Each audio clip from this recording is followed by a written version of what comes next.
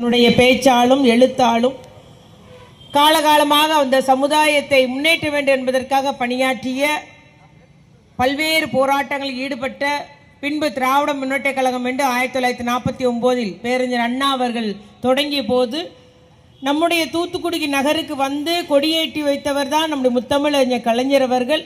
அவர் நம்முடைய தூத்துக்குடி மாவட்டத்திற்கும் சரி கோயில்பட்டியிலையும் கொடியேற்றி வைத்த அந்த ஒரு முத்தமிழ் அறிஞர் தான் நாம் இன்று பிறந்தநாள் விழாவை கொண்டாடுகிறோம். ஆகவே அவர் இருந்தபோது பல்வேறு திட்டங்கள், தமிழகம் முன்னேற வேண்டும், தமிழன் தலைநிமிர்ந்து வாழ வேண்டும், தமிழனுடைய வாழ்வாதாரத்தை நாம் உயர்த்த வேண்டும், தமிழ் மொழியை காத்திட வேண்டும் என்று பல்வேறு திட்டங்கள். தமிழ் மொழி செம்மொழியாக்கப்பட்டது.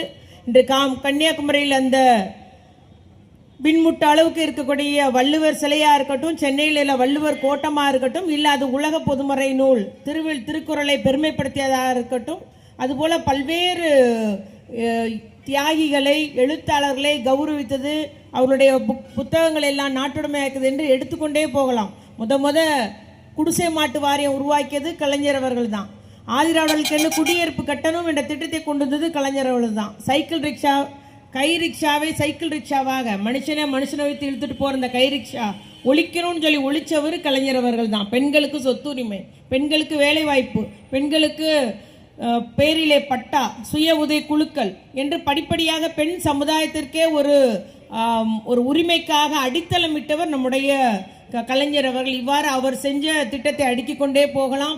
நாம் இந்த அளவுக்கு தமிழ்நாடு வளர்ச்சி அடைந்திருக்குது. தமிழக மக்கள் வாழ்வு பெற்றிருக்கிறோம். எல்லா சமுதாயத்தினருக்கும் எல்லாம் கிடைக்குது. அந்த நிலையை உருவாக்கியவர் நம்முடைய கலைஞர் அவர்கள். இன்னைக்கு அந்த கலைஞருக்கு தான் நாம் பிறந்தநாள் விழா எடுக்கிறோம். ஆகவே நம்முடைய முத்தமிழறிஞர் கலைஞருடைய பிறந்தநாள் விழாவை நம்முடைய கழக தலைவருடைய அறிவிப்பின்படி நாங்கள் விழாவாக கொண்டாட்டமாக கொண்டாடவில்லை. அதுவும் ஏழை எளிய மக்களுக்கு நலன் பெற வேண்டும், தேவை உள்ளோருக்கு உதவி வழங்க வேண்டும் என்ற முறையிலே இன்னைக்கு நலத்திட்ட உதவி வழங்கும் நிகழ்ச்சியாக நாம் கொண்டாடி வருகிறோம்.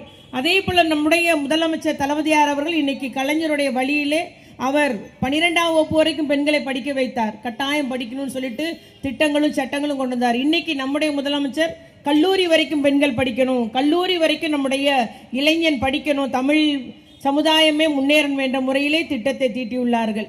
அன்னைக்கு அவர் கலைஞர் கனவு இல்லம் சொல்லிட்டு கிராமத்தில் உள்ள வீடு இல்லாத ஒவ்வொரு மக்களுக்கும் ஆண்டுக்கு 1 லட்சம் பேருக்கு நமக்கு கலைஞர் கனவு இல்லம் கட்டித்தரப்படுகிறது. அதே போல தொழில் வளர்ச்சி ஒரு இடத்தில் உருவாகக்கூடாது, பரவலாக உருவாக வேண்டும், தமிழகம் எங்கு உருவாக வேண்டும் என்று எல்லா இடத்திலும் அவர் தொழில் இன்னைக்கு உருவாக்கப்பட்டிருக்குது. எல்லாருக்கும் எல்லாம் கிடைக்க வேண்டும் என்ற ஒரு பெரிய உன்னத தத்துவத்தோடு அவர் திராவிட மாடல் ஆட்சி இன்னைக்கு நடத்தி வருகிறார்கள் என்று கூறினால் அதையும் மறுக்க இயலாது. இன்னைக்கு நம்ம தமிழ்நாடு வளர்ச்சி அடைந்திருக்கு. ஒன்றிய அரசுடைய புள்ளியியல் விவரம் சொல்லுது, தமிழ்நாட்டினுடைய பொருளாதார வளர்ச்சியில் இந்தியாவிலேயே முதன்மை மாநிலமாக தமிழ்நாடு இருக்குது. 9.69% வளர்ச்சி. அதே போல தனிநபர் வருமானத்தில் அதிக தனிநபர் வருமானம் உள்ள மாநிலம் தமிழ்நாடு. வறுமை கோட்டு பட்டியல் கீழே உள்ளவங்க 1% தான் இருக்கிறாங்க தமிழ்நாட்டில்.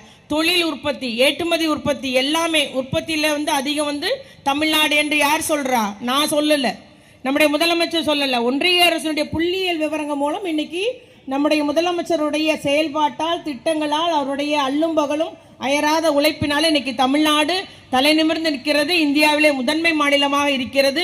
அந்த நிலையை உருவாக்கியர் நம்முடைய முதலமைச்சர் தளபதியார் அவர்கள். அதே போல பாத்தீங்கன்னா அதிமுக இன்னைக்கு என்னவோ நம்ம பழசெல்லாம் மறந்துருவோன்ட்டு வரான். பசுத்தோல் பொருத்திய புலின்னு சொல்லலாம்.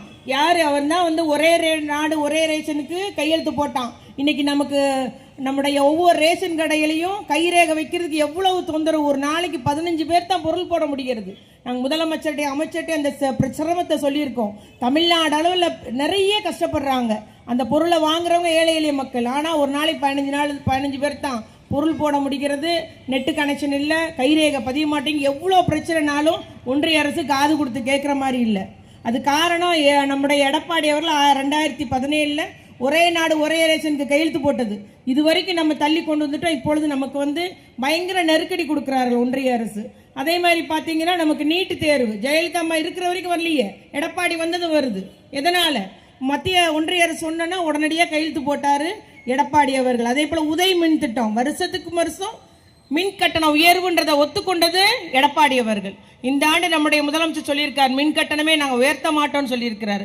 ஆகவே எல்லாம் நம்முடைய உரிமை எல்லாம் நம்முடைய குடியிருப்பு சட்டமா இருக்கட்டும், இல்ல வக்ஃபு திருத்த சட்டமா இருக்கட்டும், கனிம வள திருத்த சட்டமா இருக்கட்டும், வேளாண் சட்டங்கள், விவசாயிகளை பாதிக்கக்கூடிய வேளாண் சட்டங்களா இருக்கட்டும், எல்லாத்துக்கும் எடப்பாடி அவர்கள் உள்ளேனையா சொல்லி மோடிக்கு தலையாட்டி எல்லாத்துக்கும் கையெழுத்து போட்டவர். நம்ம எல்லாம் இன்னைக்கு மறந்துட்டோம்னு நினைச்சு நம்மளை பத்தி இன்னைக்கு குறை சொல்லிட்டு இருக்கிறாரு. என்ன நீங்க அப்படி சொன்னீங்க இப்படி ஒன்றும் இல்லை, நாங்க சொன்னதை செய்யக்கூடிய அரசு, கலைஞருடைய முத்தமிழஞ்சர் கலைஞர் வழியில் உள்ள அரசு. கலைஞர் வழியிலே தான் நம்முடைய எம்பி அவர்களுக்கு வந்திருக்காங்க. முதலமைச்சர்கிட்ட என் தொகுதிக்கு ஃபேக்டரி வேணும், அது வேணும், மக்களுக்கு இது வேணும் கேட்டு கேட்டு நம்முடைய பகுதிக்கு பெற்று வர்றார்கள். வின்ஃபாஸ்டா இருக்கட்டும், டைடல் பார்க்கா இருக்கட்டும், இப்ப தொடங்கியிருக்காங்க, வேலை தொடங்கியிருக்காங்க. யாருக்கு வேலை கிடைக்க போகுது? நம்ம பகுதியில் உள்ள படிச்ச அந்த இளைஞனுக்கு தான் அங்க வேலை கிடைக்க போகுது. ஆகவே அந்த நிலையெல்லாம் உருவாக்கி உள்ளவர் முதலமைச்சர், நம்முடைய பெற்று தந்தவர் நம்முடைய கனிமொழி அக்கா அவர்கள்.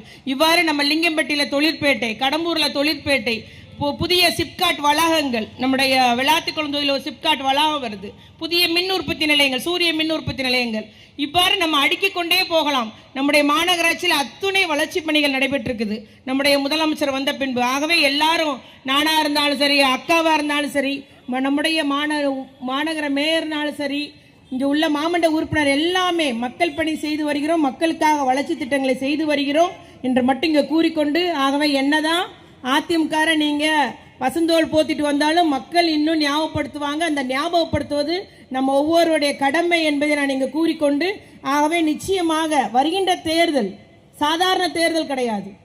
யார் என்ன வந்தாலும் என்ன சொல்றாங்க, அமித்ஷாவா இருந்தாலும் யாருன்னு என்ன சொல்றாங்க, திமுக வரக்கூடாது, திமுக வரக்கூடாதுன்னு படப்படக்குறீங்க. எதுக்கு? திமுக என்ன செய்யுது? எங்க தலைவர் என்ன செய்யறாரு? உரிமையை நிலைநாட்டுவோன்னு சொல்றாரு. தமிழகம் தான் இவ்வளவு அந்த காலத்தில் உள்ள தொன்மை வாய்ந்த நாகரிகம் சொல்றாங்க. ஒன்றிய அரசு ஏத்துக்க மாட்டேங்கிறாங்க. தமிழ்நாட்டை பாதுகாக்கணும்னா, நம்முடைய உரிமையை நிலைநாட்டணும்னா, இன்னும் தமிழ்நாடு வளர்ச்சி அடையணும்னா இந்த தேர்தல் மிக முக்கியமான தேர்தல். தமிழ்நாட்டை பாதுகாத்திட மீண்டும் நம்முடைய முதலமைச்சர் தளபதியார் முதலமைச்சராக வேண்டும். நாம் அத்துணை பேரும் பொதுமக்களிடம் இந்த தமிழகத்தினுடைய